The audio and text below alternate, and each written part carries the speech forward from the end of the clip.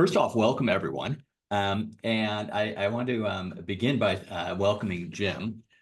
So Jim Whitehurst has the distinction of being the leader of not one, but two culture champions, which is, as far as I know, the only leader we found that's run across with that distinction. So as COO, Jim navigated Delta Airlines through a hostile takeover bid and bankruptcy in 2005, and managed to maintain the Delta's very distinctive, very healthy culture throughout that period, and positioned it to thrive in the future. So that was culture champion number one. Culture champion number two was when Jim joined the open source software pioneer Red Hat as CEO, and then managed its very rapid growth from 1,500 employees to 15,000. I'll finish that sentence. And oversaw its $34 billion sale to IBM, one of the largest software acquisitions ever. Then Jim served as the president of IBM, where Red Hat continues to be a key driver of revenue growth, and he's currently a managing director of Silver Lake, a leading private equity firm focused on the IT sector, and sits on several boards.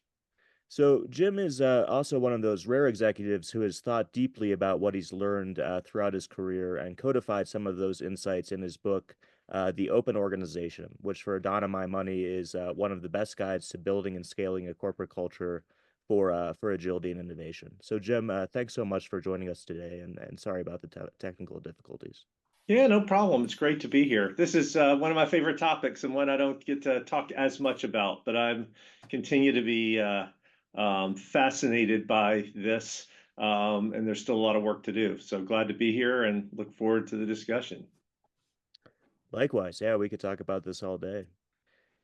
So in rereading for the Open Organization for the first time in a few years, I was struck by how well it generalizes to any company that wants to create a culture of innovation. You know, we recently had talks with HubSpot. We wrote a case study on Netflix.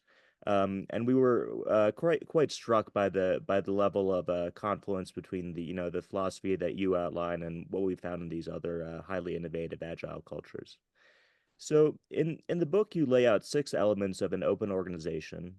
1, passionate employees. 2, a strong sense of ownership, combining autonomy with accountability.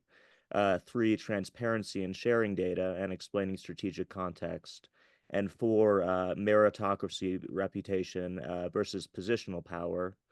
Also, minimal bureaucracy and candid discussions.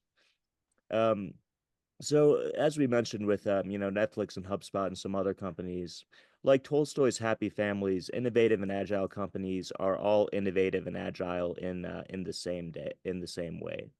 So why are these specific cultural elements so critical to innovation and agility across companies? Yeah, well, look, I mean, it is interesting because I think we all kind of came up a little bit separately and all developed kind of a similar set of working norms. My view of this is very simple. What we are doing, and that's why when I called the book The Open Organization, it's like it is about how we are organizing a company to get something done. And that's like, how do you figure out what to do? How do you arbitrate disagreements? How do you have a kind of a control function, et cetera, et cetera, et cetera?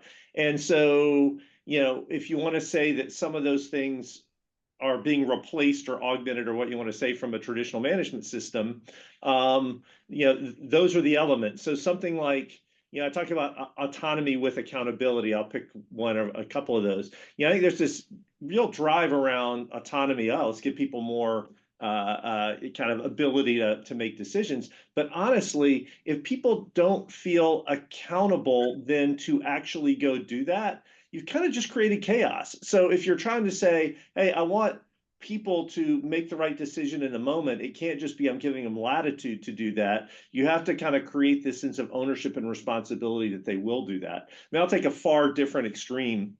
I'm on the board of United Airlines, and during you probably all remember the horrible Dr. Dow incident where a passenger's dragged off a plane and get into that's more of an over drinks long conversation. But kind of coming out of that one of the things that United worked on was something saying it's never wrong to do the right thing. So let's give people more autonomy to make decisions in the moment. Because if you went through that, every decision was made right, but at multiple points along the way, you would have wanted somebody to make a different decision, but everybody was, kind of, I was following orders. So we said, okay, it's never wrong to do the right thing. The response to that was people were frozen because they're saying, whoa, wait a minute here. What if I make a decision that later on turns out to be wrong? So what you got, because you didn't kind of create this sense of accountability, you had to do something and people were scared to do something. Nobody did anything different, right? So just giving autonomy, again, either creates kind of a lack of action or it creates a degree of chaos if you don't also have accountability. You put those things together, you're now saying, versus a formal prescription of here's what you need to do in a set of rules, you're saying, well, you have the ability to do this, but it's incumbent upon you to do it.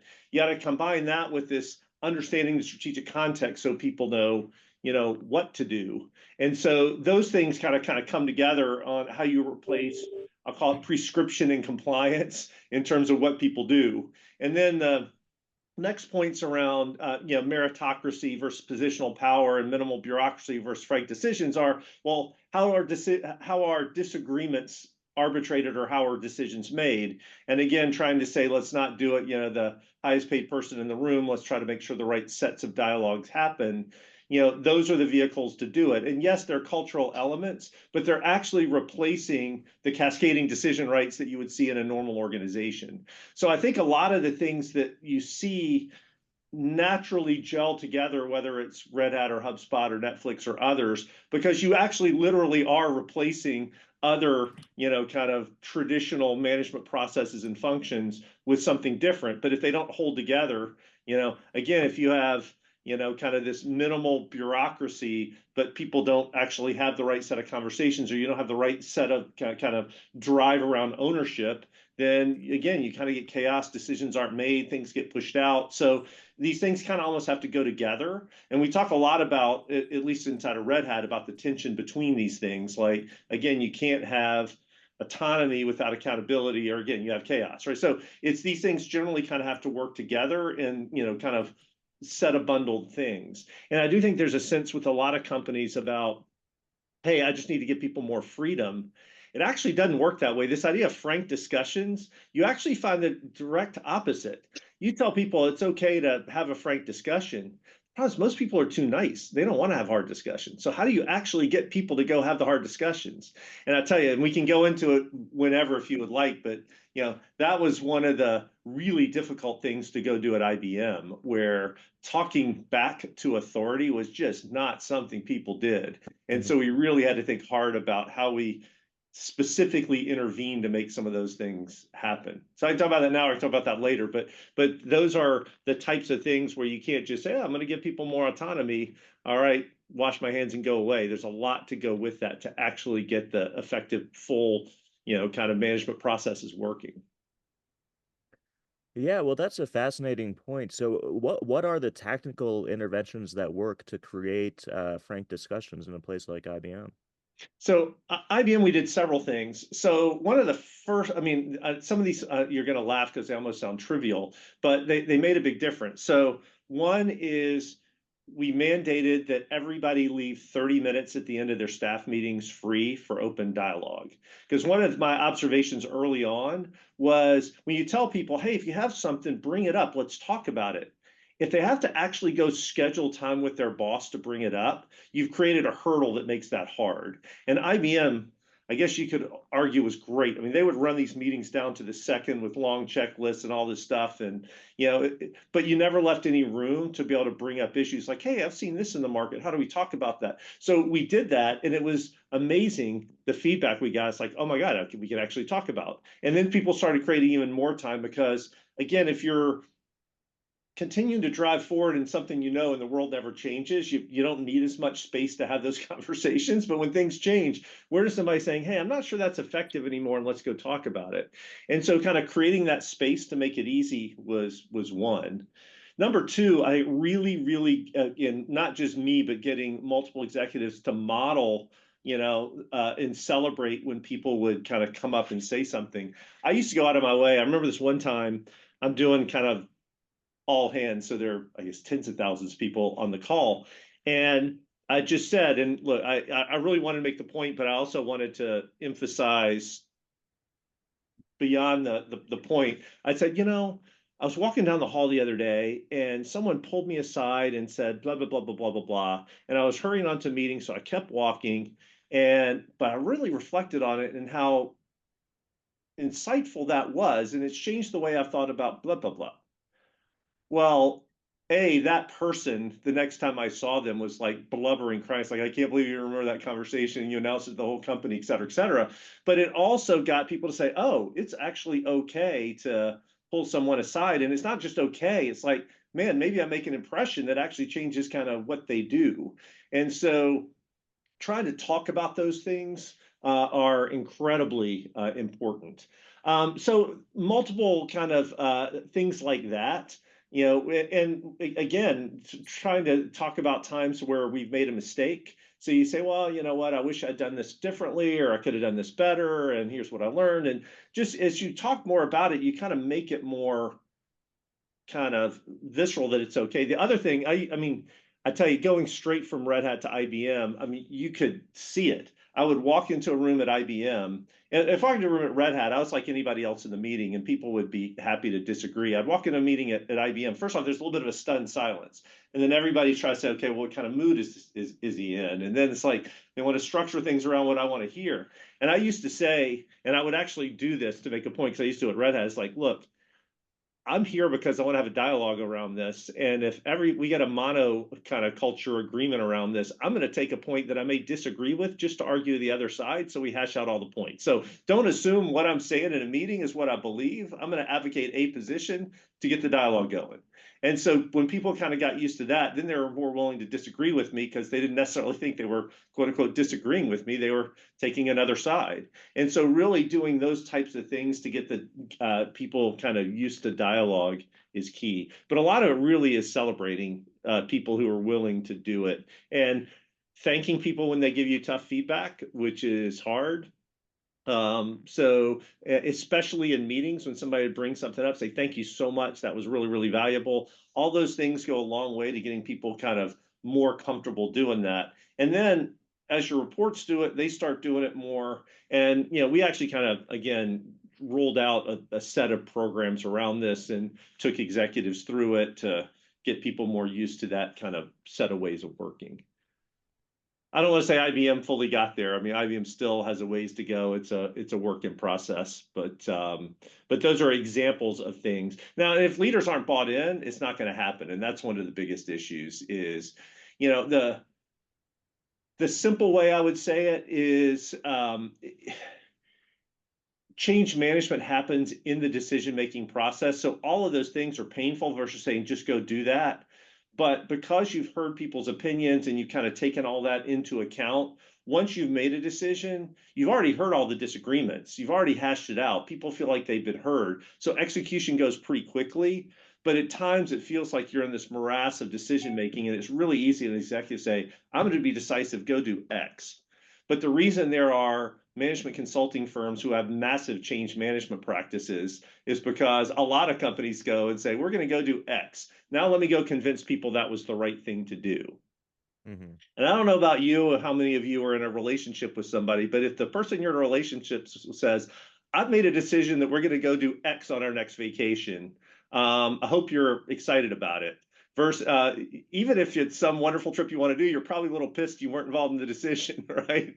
And so this idea that you then have to convince people that this was right, and honestly, oftentimes the decision will change a little bit when you've involved a broader group in actually making a decision. But even if it doesn't change, that when people feel like they've been heard, their opinions at least been considered, even if you do something different, that's okay. But for an executive, when you're going through the process, you're like, this is inefficient. It's taking a long time. It's emotionally taxing because people are telling me I'm wrong and I'm trying to defend this.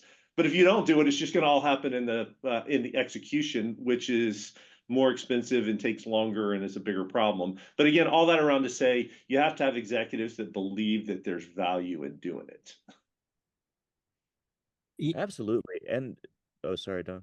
Oh yeah, no, I was just and again, my apologies for hackers trying to disrupt MIT systems. They find it very amusing.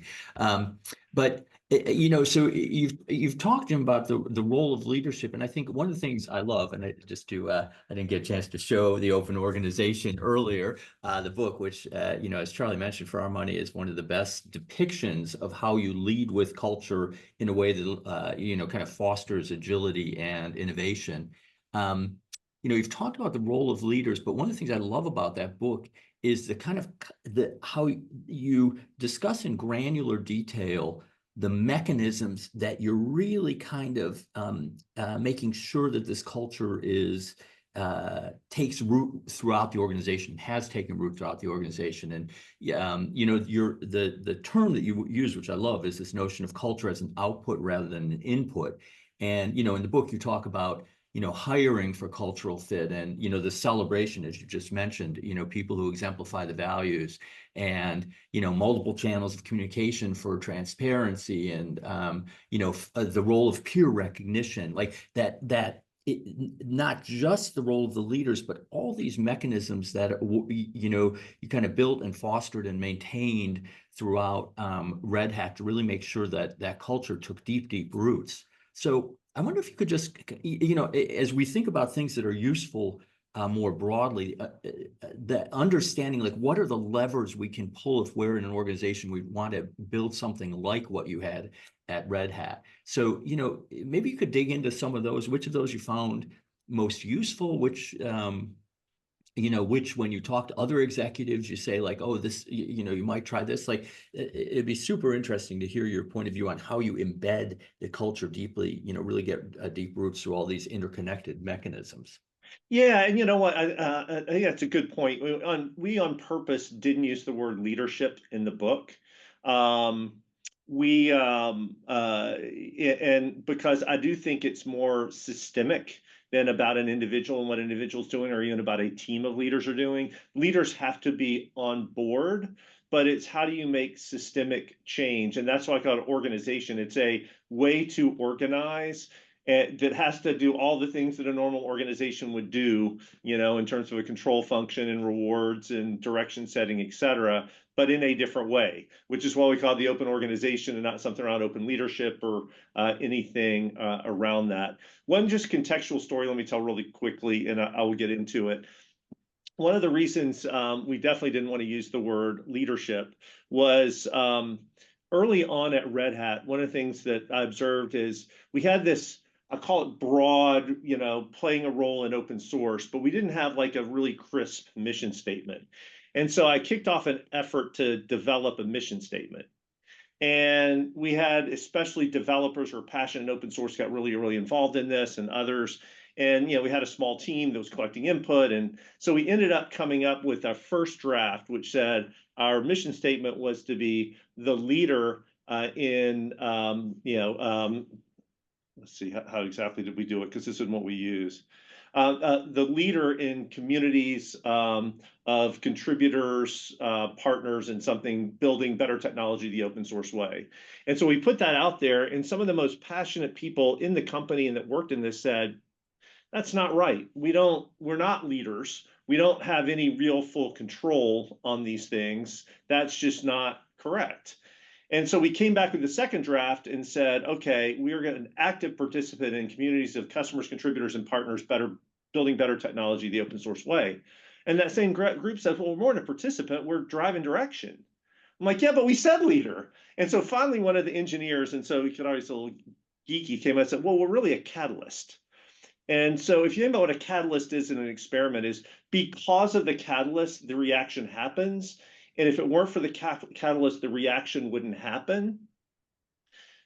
So a catalyst is really, really important, but the reaction happens because of the other participants.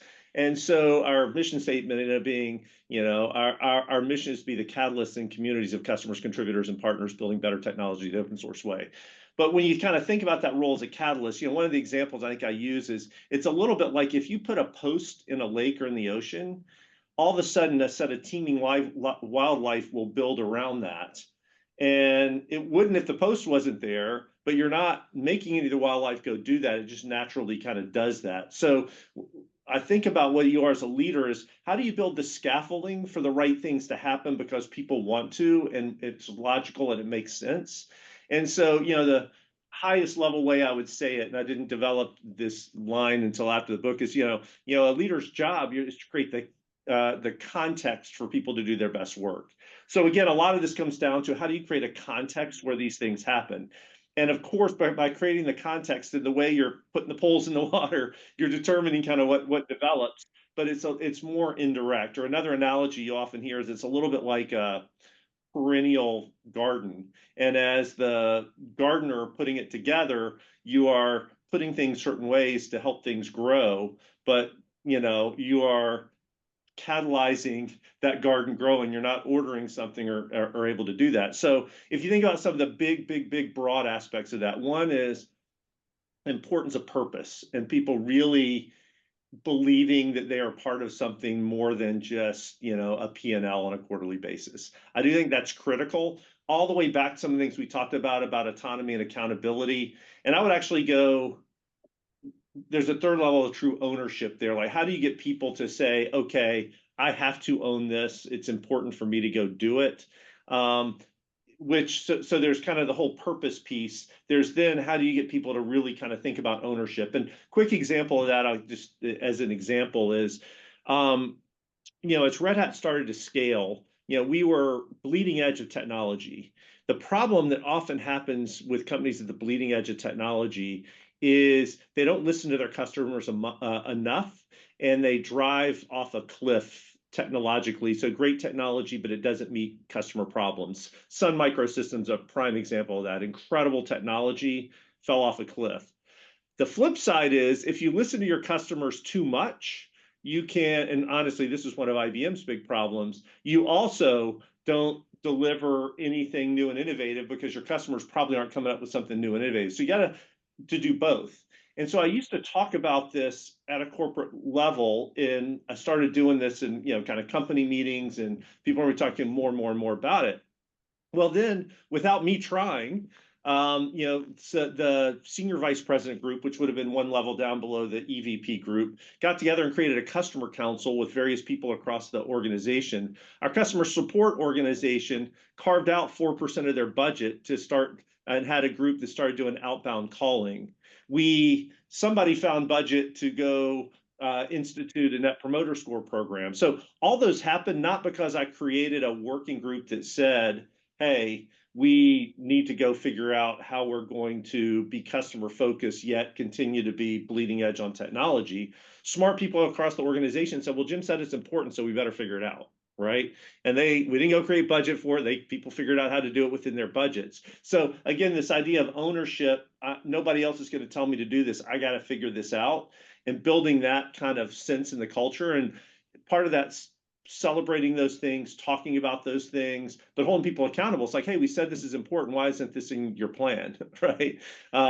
So it's kind of both sides around that. So I'd say kind of purpose and culture is key. I think the messaging that you're sending in terms of your expectations around people speaking up and the level of debate you have, and continuing to drive that forward. We created something called the Open Decision-Making Framework, which we trained everybody on, which was very clear about our expectations. One of the other things we did, I'm just kind of talking out loud on these because I didn't kind of put together a full list, but we always talked about on our best day, we do X, because it's always easy to find counterfactuals where somebody didn't do something the way we would like them to. And we say, yeah, we're human and that happens. The analogy would be you can have a perennial garden and the gardener, somebody else can walk right through the middle of it and step on everything and it'll come back. Too many people step on it too long, you kill it.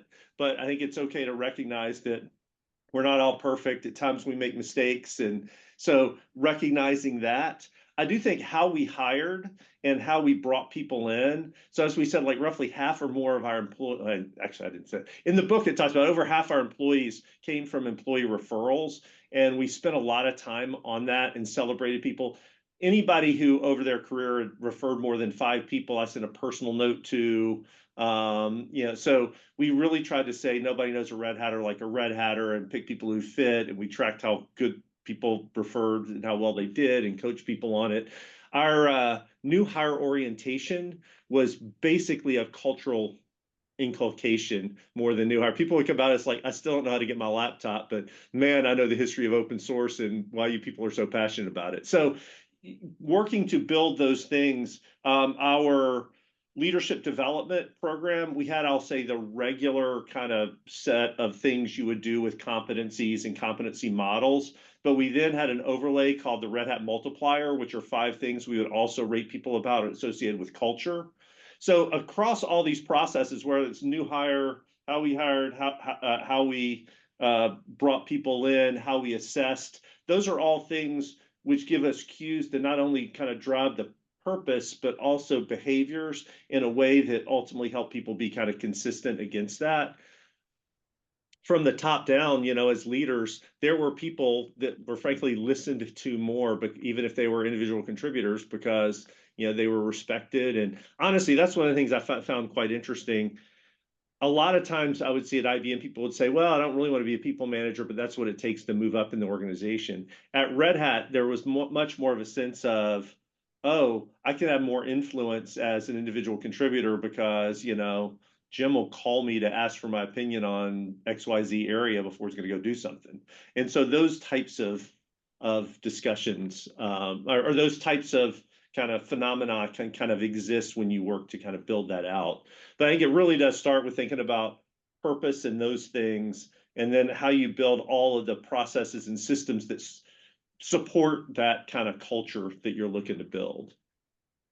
Yeah, that's fantastic. And I just kind of 2 reflections and then a question. I mean, one thing that I think is so interesting, I really saw this in your book because the transition was so sharp from going from Delta to Red Hat, and it really came across, and you articulated very clearly the kind of challenges you made. But one thing I find so interesting is we have such clear ways of describing top-down management, process management, Six Sigma.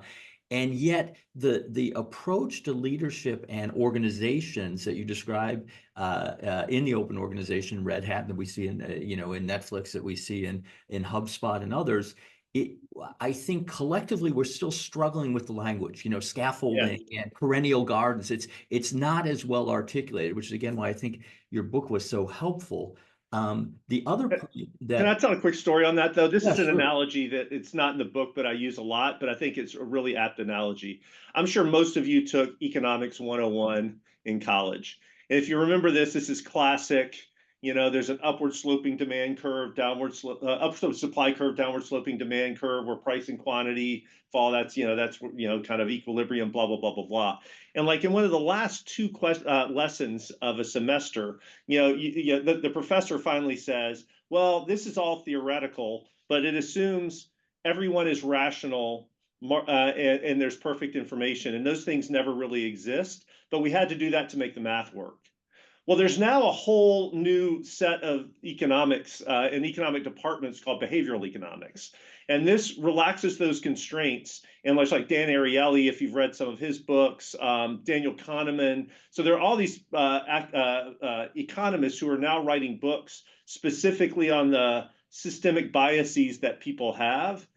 But there is no new general theory of economics, and there's certainly no general theory of behavioral economics. And the reason is, as soon as you relax the constraint that people are always 100% rational, the math's too hard. And so I do think, Don, back to your point, the reason there's not a kind of a fully formed kind of new thing is in the same way there's not a newly formed full kind of canon around economics in a world where you say markets aren't at equilibrium, we don't have perfect information, and people aren't always economically rational because the math's too hard. So, it's funny you said, at least on my book, that you thought there was some generalization in there. I try to be very specific to try to put a framework to describe and not necessarily a framework to prescribe, if you know what I mean, because I do think different people are doing different things. I don't want to be arrogant enough to say, do what we do at Red Hat, because that may or may not be right depending on the context and the circumstance. Sorry, I didn't mean to interrupt you, but I just think it's just like so apt. It's like people are, well, why isn't there that? It's like, well, I'm not sure there actually will be, which also makes it absolutely fascinating to to study and think about because different situations are different. The other example I'll use on that, which I think is really kind of apt, is, came from Delta Airlines, went to Red Hat. At Red Hat, we loved people experimenting, trying new things. At Delta, on the web app or the mobile app that you use to check in, yeah, we want people to experiment, try new things, agile, et cetera, et cetera. You do not want anyone experimenting with the safety procedures before your flight. You follow that, and if you don't follow it, you're fired. Period. Full stop. Right. So depending on what the context is, you got to think about different guardrails. And so that's why I say I don't think there is one right way to manage or lead. I think there are better cultures, leadership styles, processes for kind of different outcomes you're looking for. And again, safety procedures before a flight versus feature development in software are just fundamentally different. Yeah, no, I completely agree on the horses for courses argument, but I guess I kind of took a meta lesson. The generalization I saw from the open organization was at a meta level, which is around this notion of scaffolding or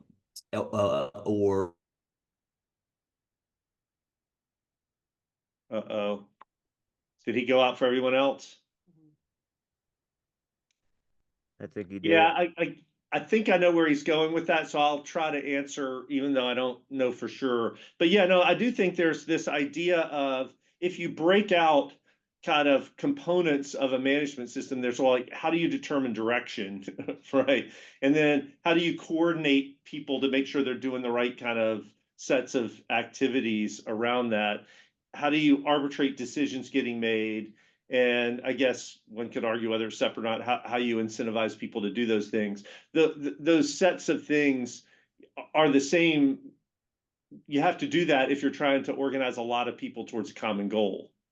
Sorry, Don, I was hopefully answering your question without not sure if it was exactly right. But what I was saying is, I think a little bit is that there is a scaffolding because this idea of how do you motivate people, how do you coordinate behavior, or coordinate thousands of people to ultimately get to an outcome? How do you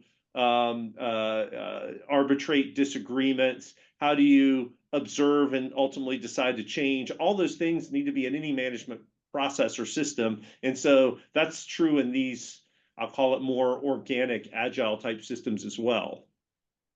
That may not have been your question, but that's what I answered.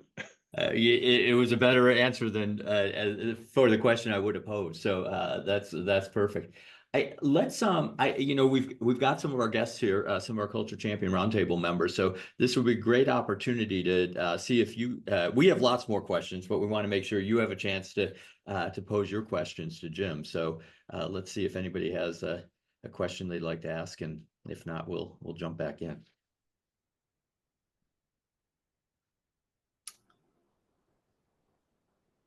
I have a question. Yeah.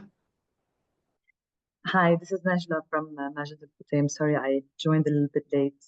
I'll maybe turn my camera.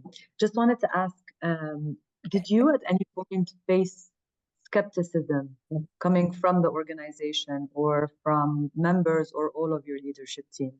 And how do you deal with that through your culture journey? Yeah, well, I mean, especially if first coming into Red Hat from outside of Red Hat, lots and lots and lots of kind of concern. It's like, what's this airline guy doing? Is he going to kind of kill us? And some of it you work through over time. So I think you have to have a set of principles that you kind of work and kind of live through, and then you got to be able to modify. Like, for example, I felt very, very strongly, because it worked at Delta, and we can kind of come back to that we needed to have strategy on one page. Because one of the feedback I got at Red Hat is like, people are like passionate about open source, but didn't quite know what we were doing. And one of the things that worked so well at Delta is we put together a strategy on one page. So I said, look, we're going to do this, and we're going to hammer it home. Everybody's going to know what it is. And people thought I was kind of on the senior team, thought I was crazy and it was a waste of time. We spent 6 months, we put it together. That one pager 5 years later, everybody knew. And 5 years later is the first time we actually changed it. And everybody knew it was the house because it had a triangle at the top with the mission and the stuff. And so we're putting an addition on the house. And so the whole organization talked about the house and the addition on the house. And, so everybody kind of knew it. And it did help us, kind of get people to understand below the purpose to actually understand, kind of what we were all doing and help guide decisions. That's one I just had to go force and pound away on it happen. Another is I said, oh my God, we do not run a really decent management cadence. And I know how to do this because I did it at Delta and, first flight performance, et cetera, et cetera, et cetera. So I put together a very rigorous kind of management system that we went through and we'd go through monthly.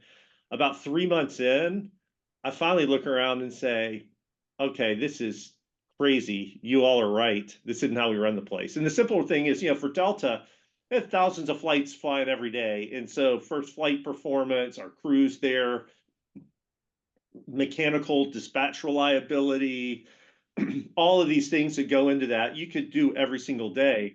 When you're releasing software, we get together, twice a week and, it's like, yeah, we're still planning on releasing that in 5 months. No more update. Yeah, so there just wasn't enough for a cadence like that. And so that's one where I said, you know what, you're right. Put it together. You were right. So I think you have to have some degree of conviction, but then be willing to admit, yeah, that didn't work. That was wrong. Sometimes you're right. Sometimes you're wrong. I was right about needing to lay out the one pager. Totally wrong about the management system. So to some extent, you have to kind of push and advocate, and then you make some decisions and you ultimately kind of walk some of those things back. So I do think you have to have some degree of conviction, but you got to be able to have them relatively soft, unless they're around values or other things that you feel super, super strong against, and modify as you go forward. Could I ask a follow-up question? Sure. Sorry, go ahead. So Sorry. No, did go I ahead. speak for someone? Okay. So where my question was coming from is something that we are experiencing here, which is skepticism on not, an individual, but more on the journey itself and its success. And that skepticism was coming from looking at outliers. So looking at people at the very top who don't necessarily always role model the values, people that they're seeing across the organizations that don't, and then looking at those examples and then saying basically, look, nothing is working. Look at this person, they're still around and they are, not living or role modeling our values. So I was wondering if you faced anything like that and how you dealt with it. That's tougher when you get into people, because I will say one of the biggest issues that can screw this up is having people that don't kind of fit that mold. If somebody's off 20% of the time, again, this idea of, well, on our best day, we do XYZ, but we don't always have best days. The problem is as soon as somebody has, 80% of not best days, it gets tougher, because people do often say, look at who gets promoted, and that's the values that a company cares about. So, there were people at times you could actually argue that they're an individual contributor in this extraordinary way, and we continue to work on this person. This isn't what we want. But if it's somebody who manages a lot of people, it gets a lot tougher to make that argument. I mean, it's one of the reasons we actually assessed against it. And if people fell low on that, we didn't keep them. Now, the other way to look at it, which I do think happens, is different parts of an organization can use different styles. Again, going back to that pithy Delta analogy, they had a safety, not a squishy kind of let's try a bunch of things people.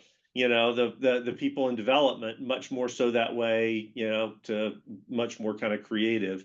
So the other kind of piece that I found worked when you had different styles. So what we'd often get is, well, this function doesn't seem to live up to as much as this function, and somebody in accounting would be like, well, I don't have as much creativity. It's like, no, you don't have as much creativity, and there's a reason, because I go to jail if our SEC reportings are off.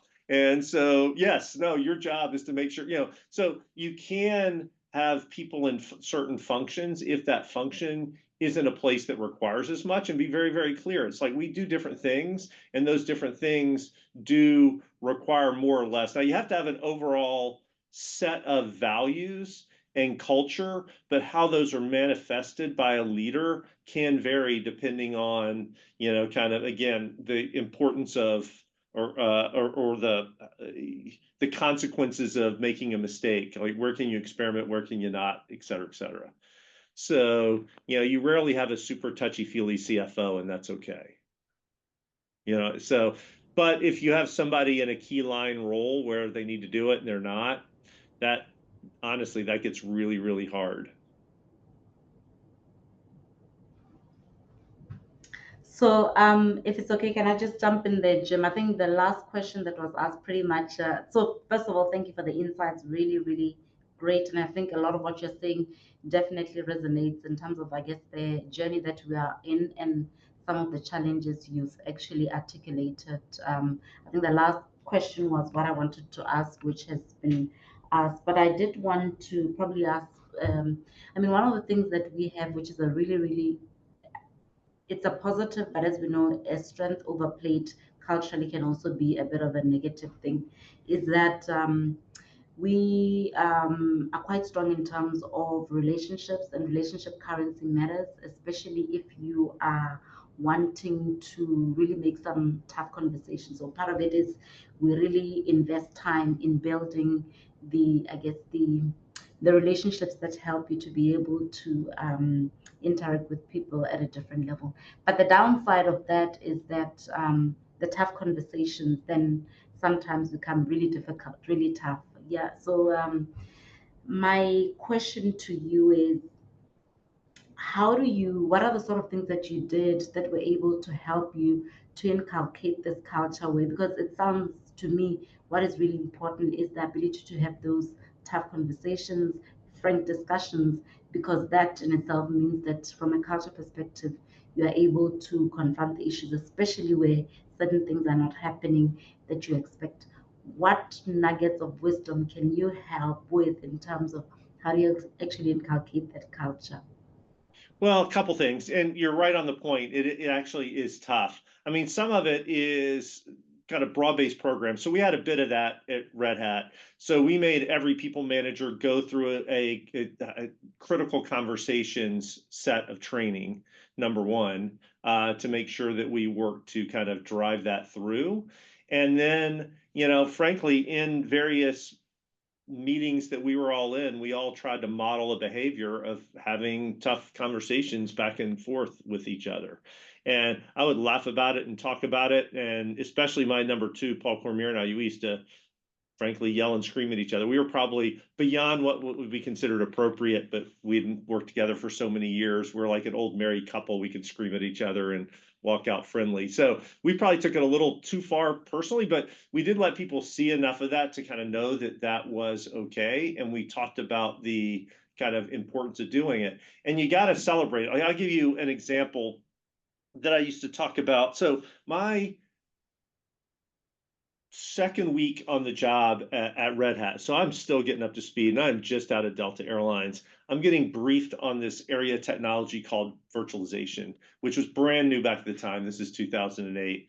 And the head of all of engineering and the CTO, and then the person who worked for him who ran that area, and then a whole bunch of people, like multiple layers in the organization, are briefing me on our strategy.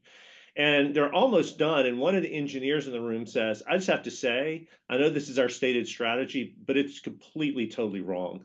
We picked the wrong technology. We are going down the wrong path. This is short-sighted. This is crazy. And this massive argument ensues in the meeting. We get done and everybody walks out happy, and like the engineer who said this and his boss's boss is putting his arm around him, and so they kind of walk out friendly. Couple of observations there. One is the importance of afterwards, them walking out friendly. So they didn't have to say it at the time, but saying, thank you so much. I really appreciate that dialogue. The important part to me of that story is I remember going home and telling my wife, I'm in crazy town, because I can tell you at Delta, if an engineer in front of his boss, and his boss's boss had said, what we're doing is completely wrong, that person would have probably been fired by the end of the day, if not killed by the end of the meeting. You just wouldn't have done that. But what was really interesting about that story, about 4 months later, That same group came back in and said, you know what, our strategy's wrong. We actually need to go with the strategy the other guy talked about. There's circumstances have changed, and we need to buy that company, and it has another offer. So we got about 2 days to make this decision. You got to go to the board and tell me you want to spend several $100 million buying that company. Now, if I had just gotten a brief on here's what we're doing and why it's the right thing to do, and didn't hear all the other dialogue that it was kind of a 60-40 decision that then flipped, I would have looked at these people and said, no way. You're out of your mind. I'm not going to do that. That technology ended up being incredibly important to the future development of Red Hat all the way through for why when we were bought, it was the largest software transaction in history, right? So it was a crucial thing that if I hadn't heard that argument, we wouldn't have made. And I tell that story a lot internally, so people know it's important to do that. I highly encourage people to say thank you around the debates, and we talk about how important it is. One of the things we also did kind of broadly, we used to broadcast is like, if you say something and people just kind of nod or don't argue with you, that's the biggest insult. It means they didn't think it was worth arguing with you about. And there's no way you're going to say something that people are going to say, that's perfect. That just doesn't happen. So the worst you can do is not kind of garner kind of criticism, pushback, some degree of debate around what you're doing. So you should be proud of the fact that that you generate that. And for others, you should feel good about pushing back because you're actually complimenting somebody saying, this is worthy of my time to kind of criticize and debate and do. And so some of it's, again, the basic skills, training people how to do it with things like Crucial Conversations was a program we used. I can't remember who did that. And we put everybody through, but then we kind of talked about the messages kind of top down and modeled those behaviors. It's kind of that combination. But you were on the exact right point. It's the hardest thing because most companies are way too nice. Delta was the worst that way. Matter of fact, if you want a good story, when we went into, we're first like getting ready to go into bankruptcy, we're talking with the bankruptcy advisors and we're kind of going through stuff. And one of them says, yeah, I can already tell, Delta has one of those cultures that we've seen before. It's called terminally nice. And it's so nice that you never have the hard conversations. So you never make the hard change until you go into bankruptcy and then you have to.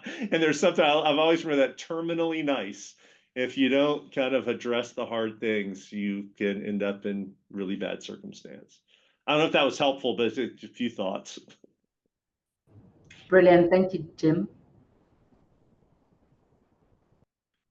Other questions? We have plenty, but we want to give everybody a chance. So I have a question, if I can. This is Lauren. I'm from Takeda. Can you hear me? Yeah. Okay, great. So thanks, Jim. A really good conversation. I'm curious, and we're still talking about this, the hybrid work, the remote work. What impact, if any, do you think, or do you know, or have you experienced that that has on building culture and the ability to have these frank and open conversations? So I'm a little torn on this, and let me kind of walk through why. Without a doubt, being in person is better. I think you have just a richer dialogue and the ability to kind of to talk and have that kind of multi-visual cue, audio cue, kind of when people are together. But a couple of observations. Red Hat started off as a very remote company. We always were, because we used to hire developers wherever they were around the world, and we didn't ask them to move because a lot developed a reputation in an open source community and then wanted to hire them. So it's not like we hired them and then slotted them in. We often hired people and they were ex-professors or they had families and they didn't want to move. So we were always kind of remote.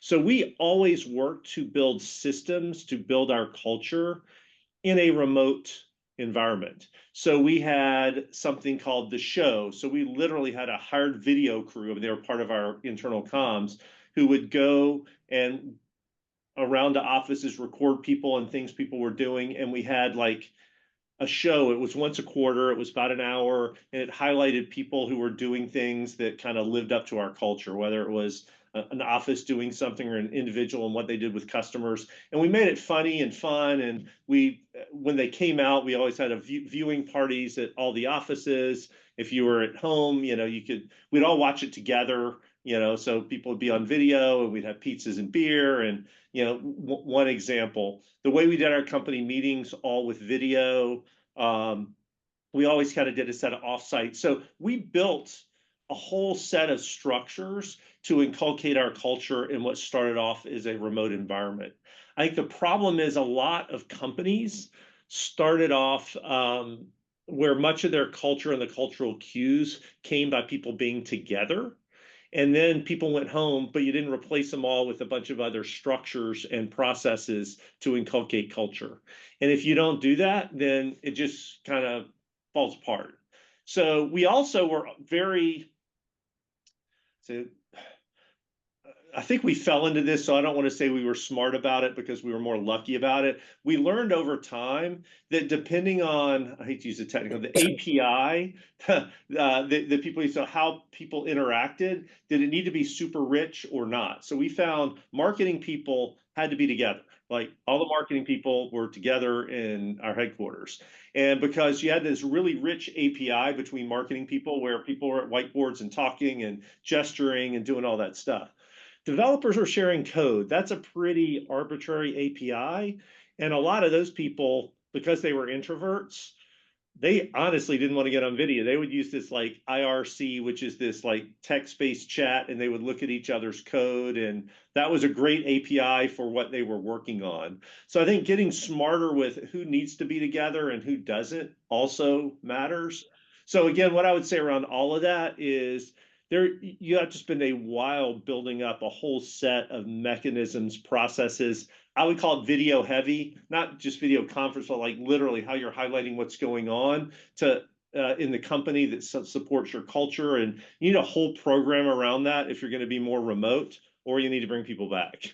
I bias slightly to bring people back, but Red Hat was pretty remote and it worked incredibly well. But again, we spent, 15 years developing a system to be able to do that.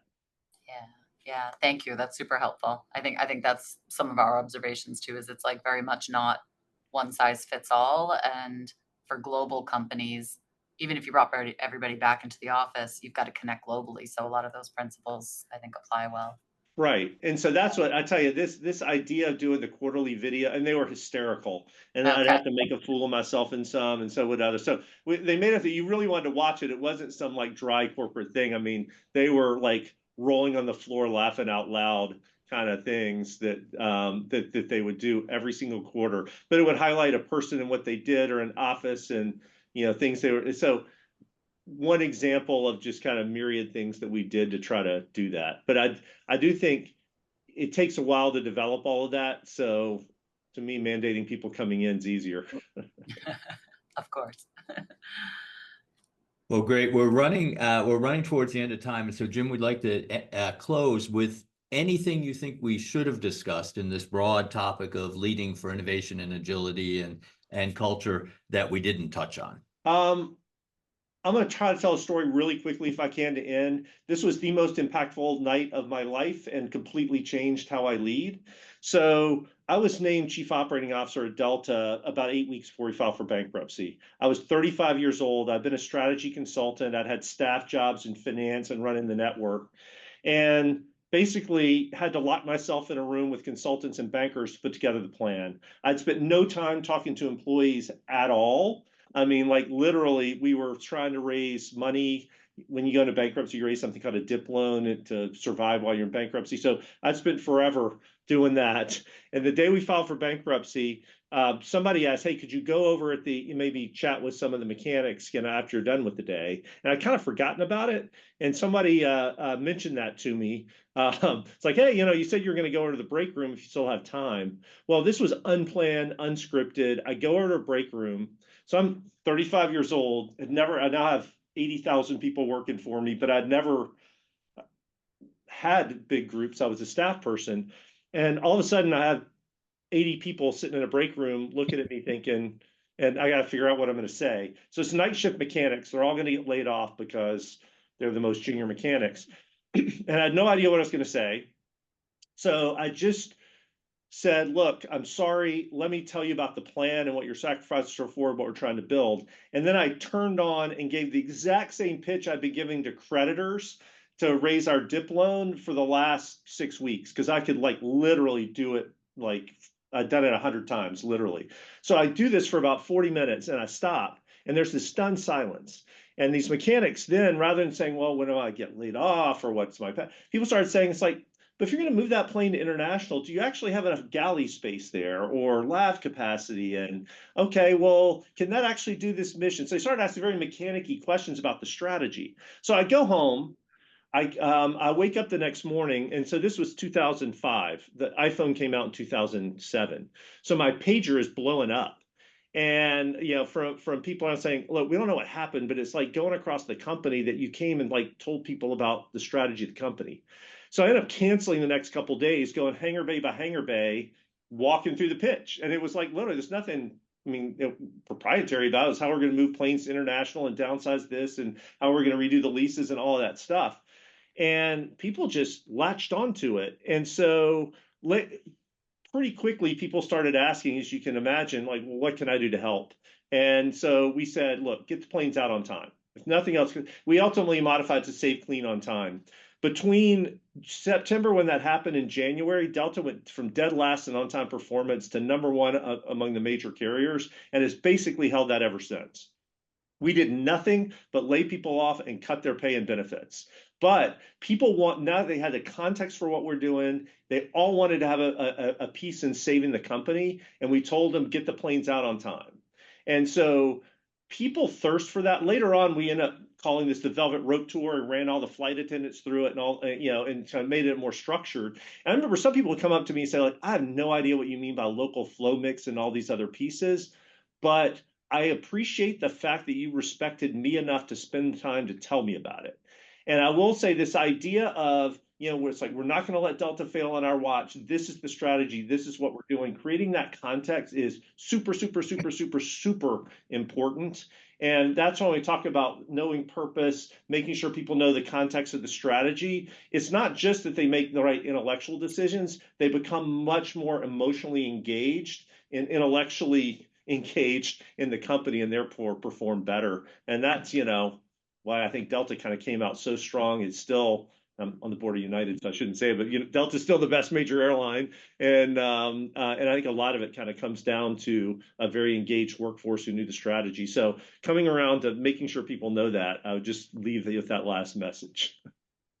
Perfect. Wow, could not end on a better note than, again, kind of tying back to where you started off, the role of leaders above all else as creating the context for, you know, passionate employees to thrive and do great work.